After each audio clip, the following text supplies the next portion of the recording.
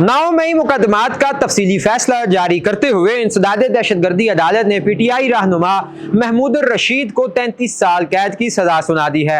अदालत ने 9 मई को गुलबर्ग के इलाके में जलाओ घेराव और गाड़ियां नजर आतिश करने के 2 मुकदमात का तफसीली तहरीरी फैसला जारी कर दिया।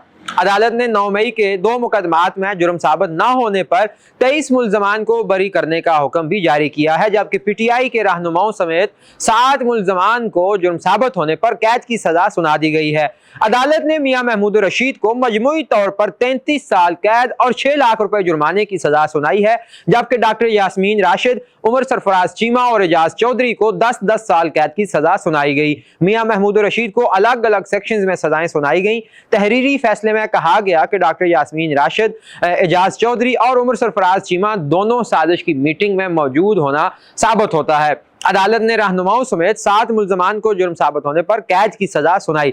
फैसला दिया गया कि प्रोसिक्यूशन के मुताबिक डॉक्टर यास्मीन राशिद समेत 4 रहनुमाओं ने मुल्क में जलाओ घेराव के लिए आवाम में इंतशार फैलाया। प्रोसिक्यूशन ने मुख्तलिफ व्हाट्सएप मैसेजेस और 70 सोशल मीडिया अकाउंट्स की तफसीलात फराहम की। मुल्जमान के खिलाफ फॉरेंसिक रिपोर्ट भी कमरे अदालत में पेश की गई।